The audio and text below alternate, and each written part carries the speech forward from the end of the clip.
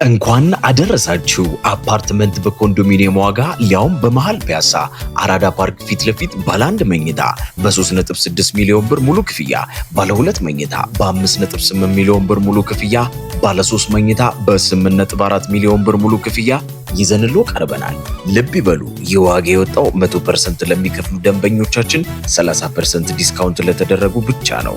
10% ከፍለው የቀረውን በግንባታ ሂደት መሰረት መክፈል ለሚፈልጉ ደንበኞቻችን ደግሞ ባለ 2 መኝታ ከ840 ሺህ ብር ቅድመ ክፍያ ጀምሮ እንዲሁም ባለ 3 መኝታ ከ1.2 ሚሊዮን ብር ቅድመ ክፍያ ጀምሮ ይዘን ቀርበናል። ይህ ዕድል የወጣው ለጥቂት ቤቶች ብቻ ስለሆነ ፈጥነው እታች ባለው ስልክ ይደውሉ። ሜሪት ፕሮፐርቲስ። ጤና ይስጥልኝ ተመልካቾቻችን፣ እንደምን ውላችሁ አምሽታችኋል? በላይ በቀለ ነኝ። በዛሬው ዕለት የዓለምን መገናኛ ብዙሃን ተቆጣጥረው ከዋሉ ጉዳዮች ዋነኛው በአሜሪካ ሚኒሶታ ግዛት በሌላም አሜሪካዊ ላይ የፌዴራል ወታደሮች ግድያ መፈጸማቸውና ትልቅ ቁጣ ማስነሳቱን የተመለከተ ነው። በወሩ ውስጥ 2 አሜሪካውያን በ37 ዓመት ዕድሜያቸው ተገድለዋል። በዝርዝር እንመለከተዋለን። በኢራን ሕዝባዊ ዓመፅ ከ36,000 በላይ ሰዎች መገደላቸውን የሚያሳይ መረጃ ወጣ። ግድያው እንዲፈጸም ቀጥተኛ ትዕዛዝ የሰጡት ደግሞ ምሽግ የገቡት የሀገሪቱ ጠቅላይ መሪ አያቶላህ አሊ ካማኒ መሆናቸው ታውቋል። በአሜሪካና ኢራን መካከል በየትኛውም ሰዓት ጦርነት ሊፈነዳ እንደሚችል ባለሥልጣናት አመልክተዋል። በዜናችን ተካቷል። በአሜሪካም አደገኛ በተባለው የበረዶ ወጀብና ቅዝቃዜ 1 ሚሊዮን የሚጠጋ ሕዝብ በኤሌክትሪክ መቋረጥ ሳቢያም ለከፋ አደጋ መጋለጡ ተነግሯል። ከ12,000 በላይ የአውሮፕላን በረራዎች ተሰርዘዋል። መረጃውን ወደ ኋላ እናቀርባለን። እስራኤል በሊባኖስ ሰፊ ጥቃት ስትፈጽም በሱዳን የእርስ በርስ ጦርነት ኢትዮጵያውያን መሳተፋቸው እየተነገረ ነው። ሌሎች ዘገቦችንም አካተናል። አብራችሁን እንድትቆዩ ጋብዛለሁ።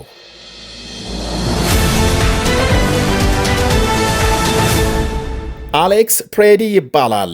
የ37 ዓመት አሜሪካዊ በሚኒያፖሊስ በአንድ ጤና ጣቢያም በነርስነት ለ5 ዓመታት አገልግሏል። በሥራው ጎበዝ፣ ለተጎዱ የሚያዝን፣ ሌሎችን በመርዳት የኖረ መልካም ባለሙያ ነበር ይላሉ ቤተሰብናም ባልደረቦቹ። በኢትዮጵያ ሰዓት አቆጣጠር ትላንት ቅዳሜ ሌሊት በፌዴራል ወታደሮች መገደሉ በትራምፕ አስተዳደር ላይ የተነሳውን ተቃውሞ እንዲባባስ አድርጓል። በሚኒሶታም የፌዴራል ወታደሮች ሕገወጥ ስደተኛ የማደን ዘመቻቸውን በመቃወም ከ100,000 በላይ ሕዝብ በረዶና ቅዝቃዜ ሳይበግረው ሰልፍ ማካሄዱን ተከትሎ ነው የአሌክስ ፕሬዲ መገደል የተሰማው። በአደባባይ የተቃውሞ አካል በመሆን ሲዘዋወር ድንገት ወታደሮች ተረባርበው መሬት ከጣሉት በኋላ መሳሪያ አውጥቶ ሊተኩስ ሲል ቀደም ነው የሚል ምላሽ ተሰጥቷል በትራምፕ ባለሥልጣናት። በእርግጥም አሌክስ ሽጉጥ ታጥቆ የነበረ ቢሆንም በሕጋዊ መንገድ ፈቃድ እንዳለውና ወታደሮቹ መሬት ከጣሉት በኋላ ሽጉጡን ከወገቡ ሐፎት አውጥተው ሲወስዱ መታየታቸውን ፖሊስ ገልጧል። እናም ወታደሮች ሽጉጡን ከወሰዱ በኋላ ተኩሰው መግደላቸው በቪዲዮ እየታየ ሊተኩስብን ሲል ገደል ነው የሚል ማስተባበያ መስጠታቸው የሚኒሶታ አስተዳዳሪዎችና ነዋሪዎችን አስቆጥቷል። ፕሬዝዳንት ትራምፕ የሚኒሶታ መሪዎች 19 ቢሊዮን ዶላር የተዘረፈበትን ወንጀል እንዳይጋለጥ ለመሸፈን እየሞከሩ ነው በማለት ከሰዋል። በሚኒያፖሊስ የተገደለው አሌክስ ፕሬዲ አንዲት ሴት ከወታደሮች ጥቃት ለመከላከል እየሞከረ ባለበት ጊዜ ነው ወታደሮች ወደ እርሱ ዞረው ግድያውን የፈጸሙበት ተብሏል። አሌክስ በቅርቡ በዚያው ከተማም ሪኔይ ኒኮል ጉድ የተባለች አሜሪካዊት በተመሳሳይ በወታደሮች ከተገደለች በኋላ ነው በተቃውሞ ሰልፍ መሳተፍ የጀመረው ይላሉ ወላጅ አባቱ። ከውሻው ጋር ለእግር ጉዞ ከቤቱ እንደወጣ በዚያው ላይመለስ መቅረቱን፣ በእግር ጉዞ ላይ የነዋሪዎችና የወታደሮች ፍጥጫን ተቀላቅሎ ለሞት መዳረጉን ትራምፕ የሕገወጥና ወንጀለኛ ስደተኞች ዘመቻቸውን በሚኒሶታ ያጠናከሩበት ዋነኛ ምክንያት በሶማሌ ማህበረሰብ ተፈጽሟል የተባለ ቢሊዮኖች ዶላር ዝርፊያ መጋለጡን ተከትሎ ሲሆን የሶማሊያ ስደተኞችን ጠቅለው የማስወጣት ፍላጎት እንዳላቸው በተደጋጋሚ መግለጻቸው ይታወሳል። ያም ሆኖ ወታደሮች ምንም አይነት የወንጀል ታሪክ የሌላቸውና የአሜሪካ ዜጎችን ጭምር በዘፈቀደም እያሰሩ መሆናቸው ትልቅ ተቃውሞ አስነስቷል። ቀደም ሲል የኒኮል ጉድ አሁን ደግሞ የአሌክስ ፕሬዲ ግድያም ሁለቱም ምንም የሌለባቸውና ማለትም ምንም አይነት የወንጀል ታሪክ የሌለባቸውና የአሜሪካ ዜጎች ከመሆናቸው አንጻር ነዋሪዎች ወደ ስራም ሆነ ሌሎች እንቅስቃሴዎች እንዳያደርጉ ስጋት ውስጥ ከቷቸዋል ነው የሚባለው። የተቃውሞ ሰልፍ መጠናከሩም የዚሁ ስጋት መገለጫ ነው ይላሉ ታዛቢዎች። ታህሳስ መጀመሪያም ትራምፕ የሶማሊያ ስደተኞች ወደ መጡበት ይመለሱ ማለታቸውን ተከትሎ ከ700 በላይ ህገወጥ የተባሉ ስደተኞች መታሰራቸው ተነገረ። ወዲያው የ37 ዓመቷም ሪኔ ኒኮል ጉድ በፌዴራል ወታደር መገደል በመላው አሜሪካም ተቃውሞ ማስነሳቱ ይታወሳል።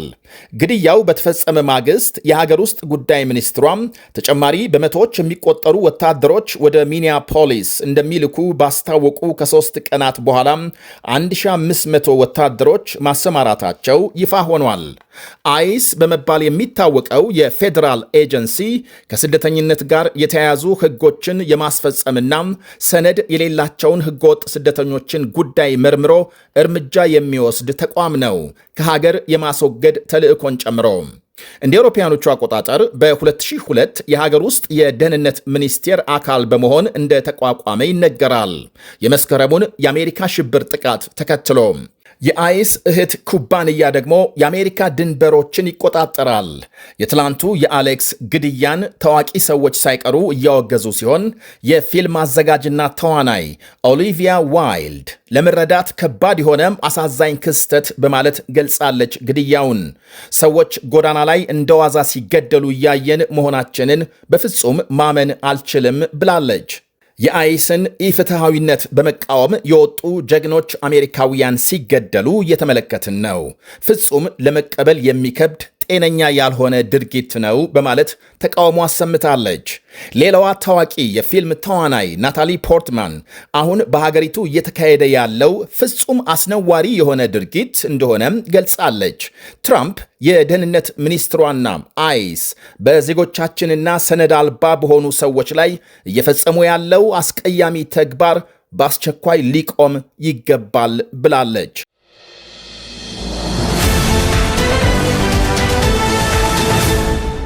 ከ200 ሚሊዮን በላይ አሜሪካውያን ለከፋ ቅዝቃዜና የበረዶ ወጀብ መዳረጋቸው ተነገረ።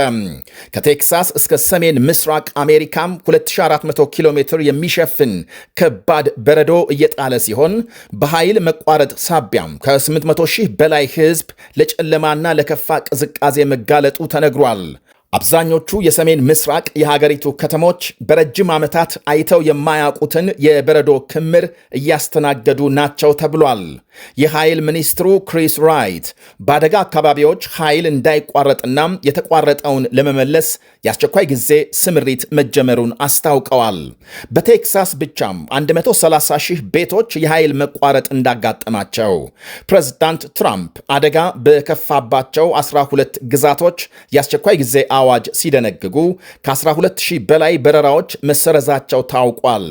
ከዓለም ዙሪያ ወደ አሜሪካ ከተሞች የሚደረጉ በረራዎችም እየቆሙ መሆናቸውን ዘገቦች አመልክተዋል።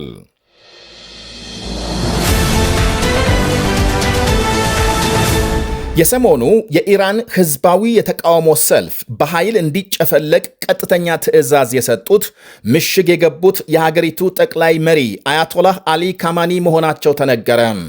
ኒውዮርክ ታይምስ 2 የኢራን ከፍተኛ ባለስልጣናትን ጠቅሶ ባወጣው መረጃም ካማኒ ያለምንም ምህረት ሰልፈኞችን በጥይት ተኩሰው እንዲመቱ ለጸጥታ ኃይሎች መናገራቸውን አመልክቷል።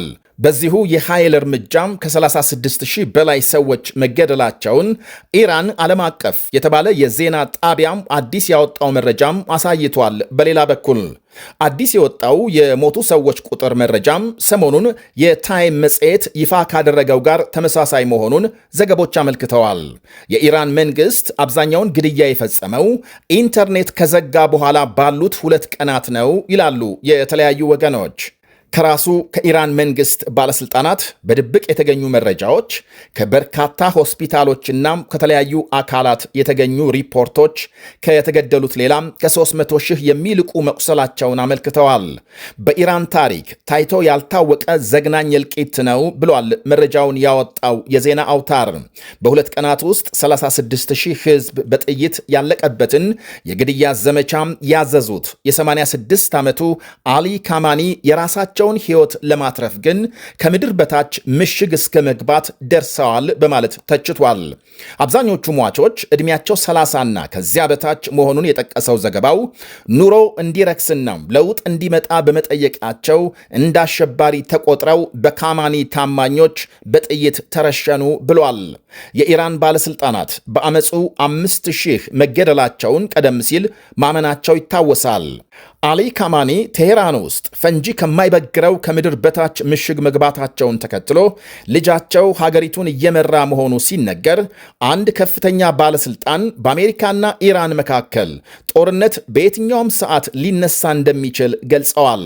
በሀገሪቱ ፓርላማ የደህንነት ጉዳዮች ኃላፊ አሁን ካለው ሁኔታ አንጻር ጦርነት በማንኛውም ሰዓት ሊፈነዳ እንደሚችል አስጠንቅቀዋል። እንዲህ ያለ ጊዜ ሊመጣ እንደሚችል ቴሄራን በመረዳት ትልቅ ዝግጅት ማድረጓን ጠቅሰዋል።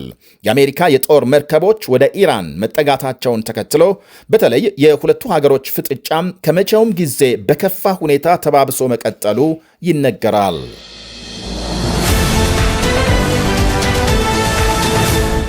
እስራኤል በሊባኖስ ሰፊ ድብደባ መፈጸሟ ተነገረ። መላውን ሊባኖስ በሸፈነው በዚህ ድብደባም 2 ሰዎች ተገድለው በርካቶች መቁሰላቸው ተመልክቷል። የእስራኤል ጦር ኃይል የሄዝቦላህ መጠቀሚያ ያላቸውን የጦር መሳሪያና ሌሎች መሠረተ ልማቶች ማውደሙን ገልጧል። የአሁኑ ጥቃት እስራኤልና አሜሪካም የጋራ ወታደራዊ ጥቃት ኢራን ላይ ይፈጽማሉ በሚል በቀጠናው ውጥረት በነገሰበት ጊዜ የተፈጸመ ነው። እስራኤል ከሄዝቦላህ ጋር ከዓመት በፊት ተኩስ አቁም ከደረሰች ወዲህ የዛሬውን ጨምሮ ተደጋጋሚ ጥቃት በማድረስ ስምምነቱን እየጣሰች ነው በሚል ከሊባኖስ መንግስትና ከሄዝቦላህ ክስ ይቀርብባታል። በሊባኖስ 5 የሚደርሱ አካባቢዎች መያዟም ትልቅ ውዝግብ አስነስቶ ቆይቷል። የሊባኖስ መንግስት በስምምነቱ መሰረት ሄዝቦላህን ጨርሶ ትጥቅ ለማስፈታት እንቅፋት የሆነበትም ይኸው የእስራኤል ተደጋጋሚ ጥቃት ነው ይላሉ ታዛቢዎች።